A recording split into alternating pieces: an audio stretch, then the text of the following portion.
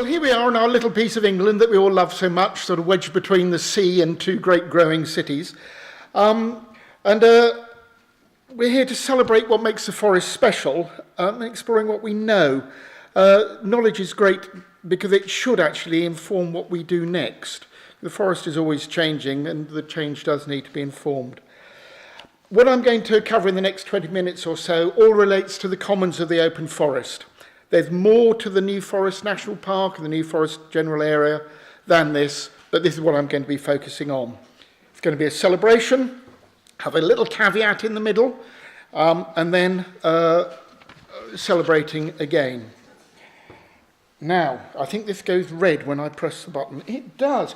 The headline is that the New Forest is the largest and most complete of the heathlands, or of Britain's southern heathland landscapes. I'm currently spending a lot of time travelling the length and breadth of Britain looking at heathlands for a future work, and there is nowhere quite like the forest for its completeness. And by completeness, I mean it's more than just a carpet of purple for the tourists. It's more than just heather. By the way, whenever I look at my slides, I review them, they virtually always have cars in the background, which possibly says something about the forest as it is today. So we have the largest and most complete heathland landscape of all its component habitats in the country. And those components other than heather, here we have just a little bit of one of the forest's ancient and ornamental woodlands, old growth woodlands.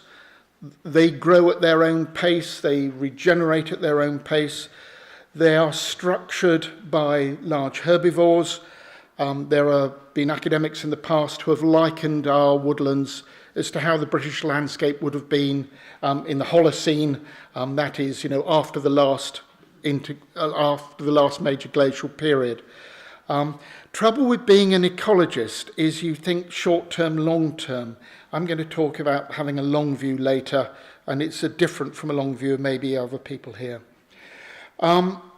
They are near natural, but as we'll hear from other speakers, that naturalness has been tempered by people over the millennia.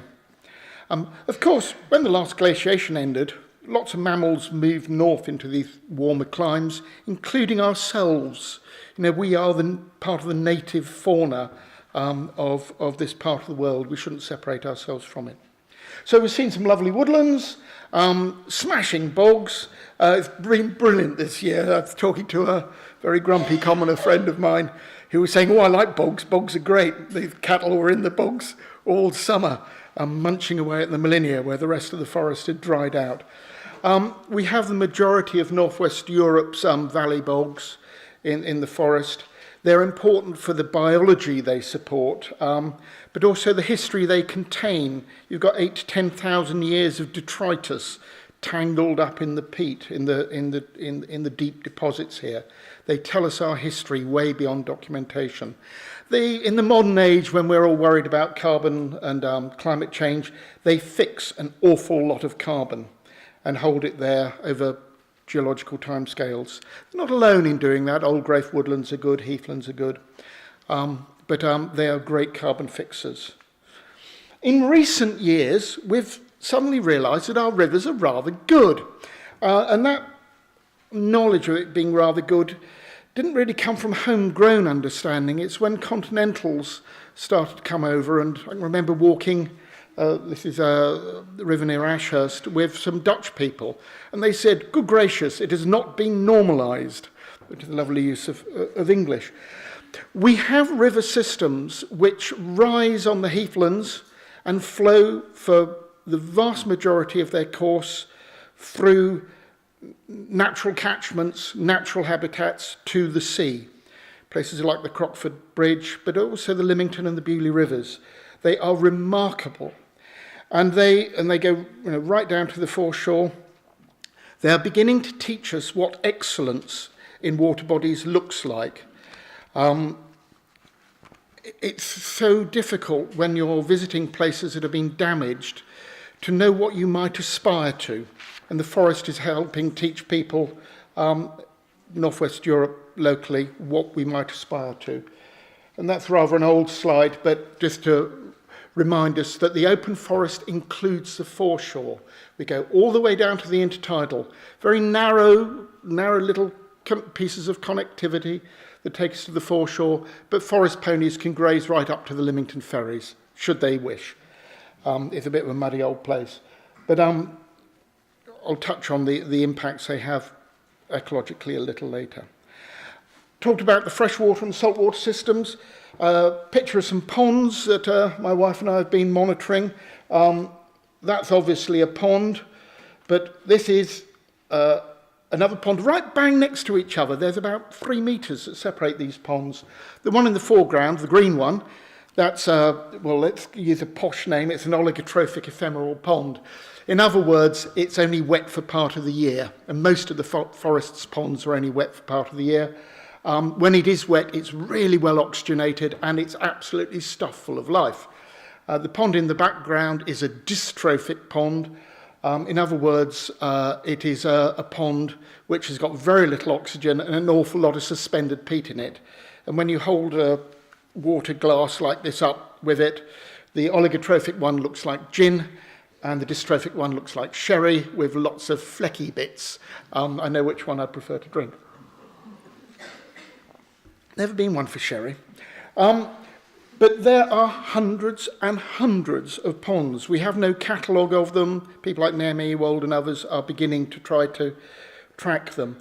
But the pond people tell us anything that's at least 1 metre across that holds water for at least 4 months of the year is a pond. Now, if anyone goes for a walk on the forest in February, you'll be thinking, is it a pond or isn't it?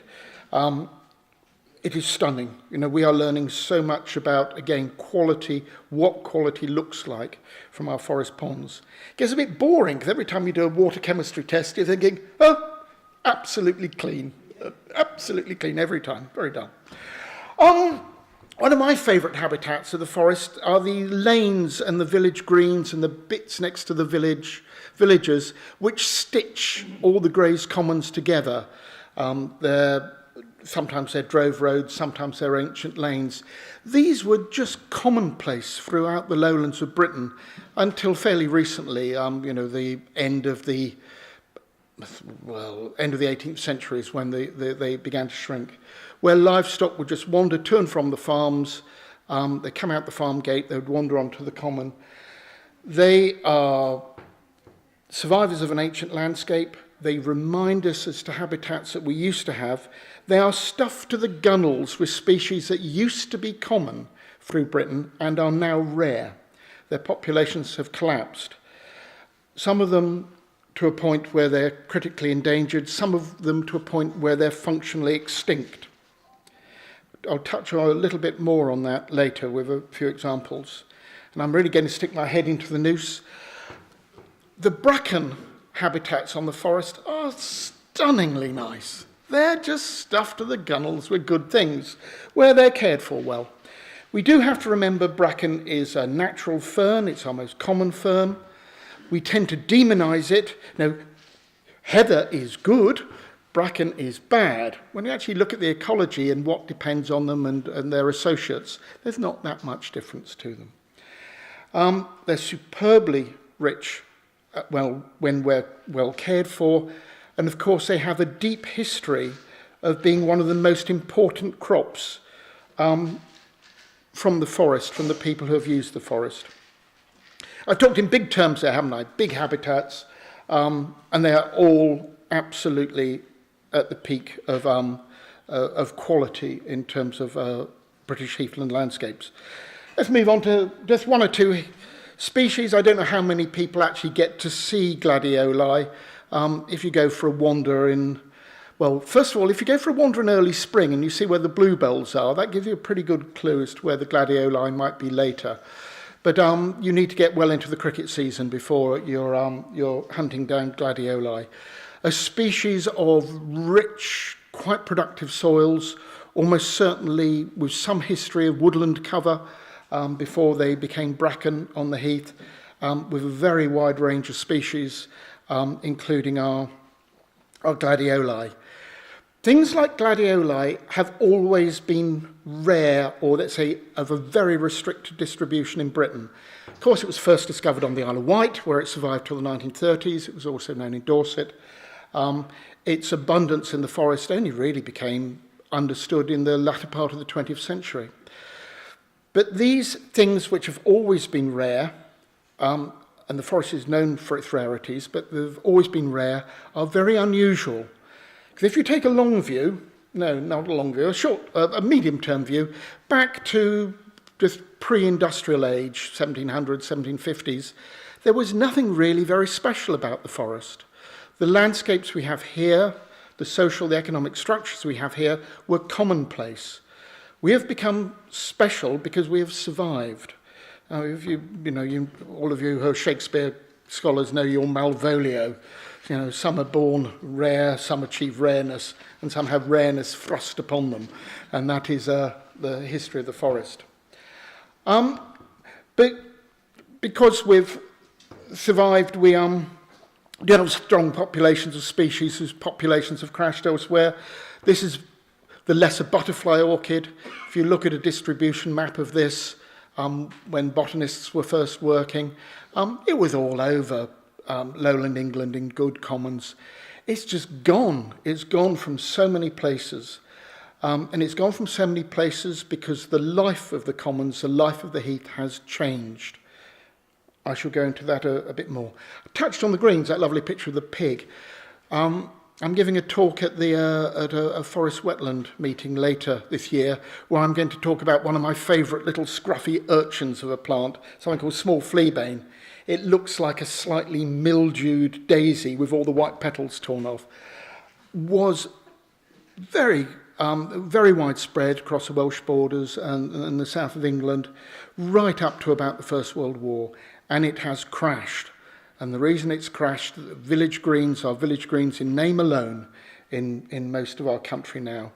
They're just a sort of a nice green felt baize for you to drive your Porsche across. But anyway, you've had an orchid, you've had your gladioli. The forest is stuffed full of most of the rarities, most of the things that make it special are small and squiggly. Here's some nice cladonias. If you had Neil Sanderson here, he could rattle off endless things of international importance.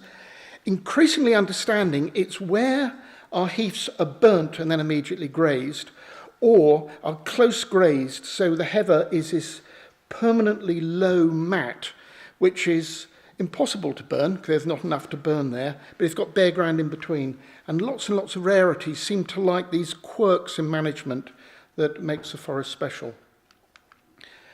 Time for cheerfulness is about to end, but we'll finish it on a... Sorry about the words. I don't like using words on PowerPoint. You can speed read, just pick a number and pick a word. These data come from Paul Brock's excellent book. The forest, there are very few things that do particularly well here. The populations aren't very high, because in ecological diversity, lots of things survive, but few thrive. So you get great diversity, but you often get very low biomass. So we have an enormous diversity of insects, large proportion of the British species. I was surprised how low a proportion we have of dung flies, but I'm told that the uplands have their own special dung things. But we're all worried about bumblebees now. They are. Bumblebees, 80% of the species of British bumblebees are known here. We celebrated it. It's a bit like being at school where you're taught to love something and then you're told to be guilty about it. A few years ago, before my lifetime, but anyway, decades ago, we could have put 80% of Britain's butterflies were known from the forest. No longer. We have had crashes in both species, diversity, and in abundance. But the current population crashes in breeding things are ground nesting birds. I've been doing some work with Hampshire Ornithological Society recently, looking at changes of ground nesting birds in the forest. It is so difficult to scientifically prove the causality of why has something collapsed, and one has to be very cautious. But at the same time, you can look at trends and you could learn from experience elsewhere. At the height of our paper protection, between about 2000 and 2010, when law and policy was just peachy for the forest, it was wonderful. In those 10 years, we lost shelduck as a breeding species, we lost windchat, we lost wheatears, we lost little ring plovers, we lost ring plovers.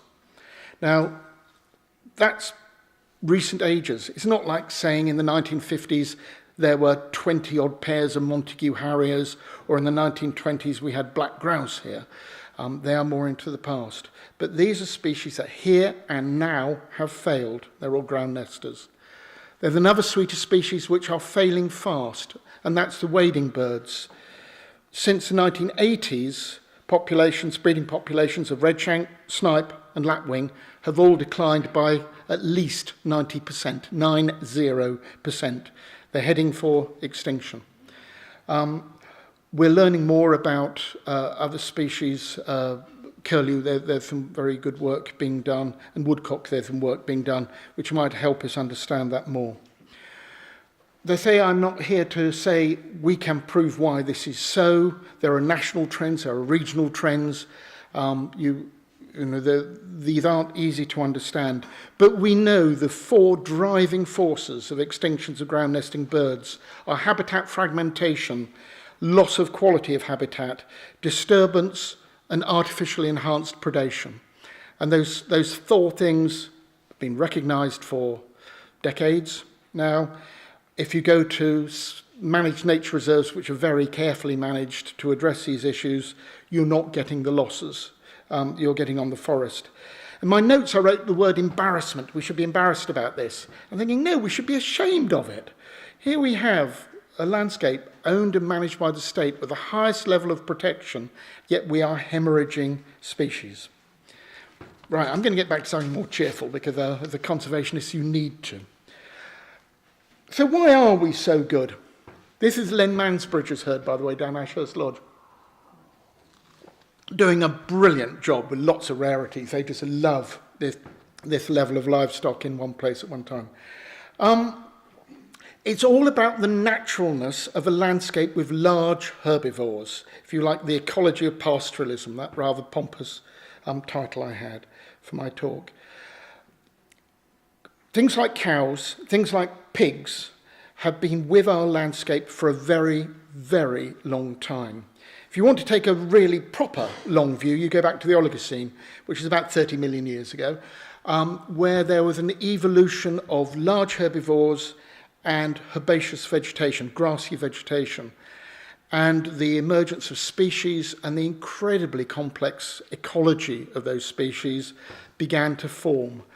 If any of you ever go out and watch, a forest butterfly, silver-studded blue, something like that, and you actually start to track back its life cycle and the habitat structures it needs and its relationships with ants and its relationships with burning, relationships with large animals, they are hugely complex. These things don't happen overnight. They take millions of years to evolve. And in the last couple of million years, we're getting really quite up to date now, as you're approaching the great waves of ice that are washed up and down our part of Europe, those species were there from the fossil record. Most of the species we know today were there, and with climate change they moved up and down the continent in relation to the ice.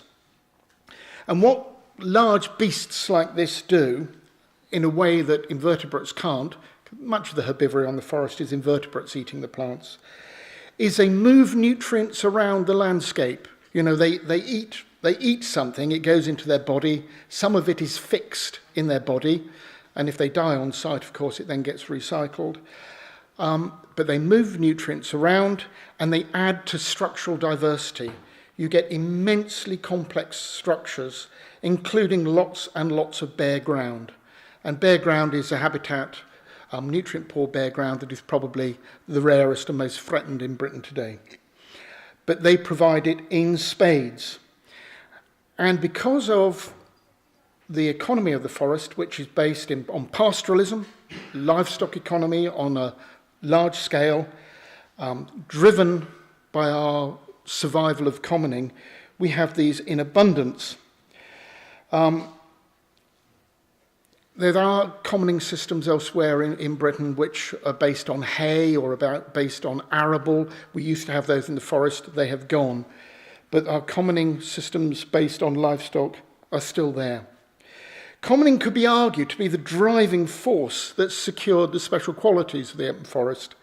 I was discussing this with some people recently, and I thought that's rather artificial in separating them out, that economy out from the other things I've shown you that are special. They are one and the same.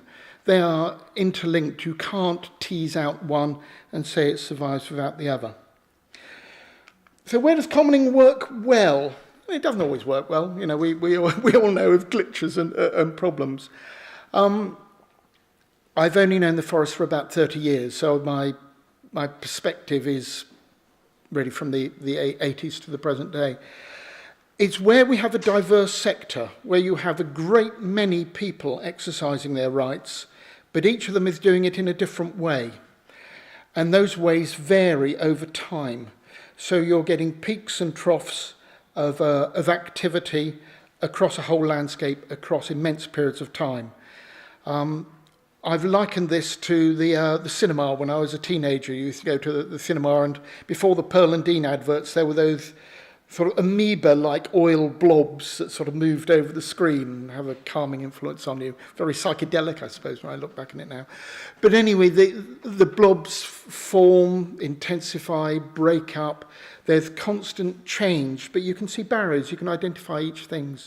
And that's how habitats, when they work well on the forest, work well. They shift in time and space, but they are always there. There's continuity, but it's not like preserving a listed building or a castle. It doesn't happen at the same time, in the same place over time. There are risks and abuses to manage, so we need regulatory regimes.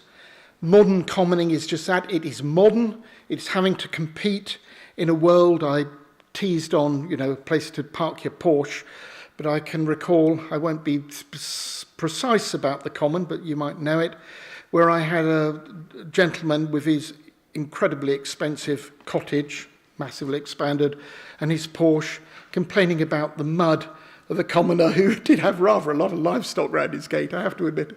But I thought, oh, this is terrible.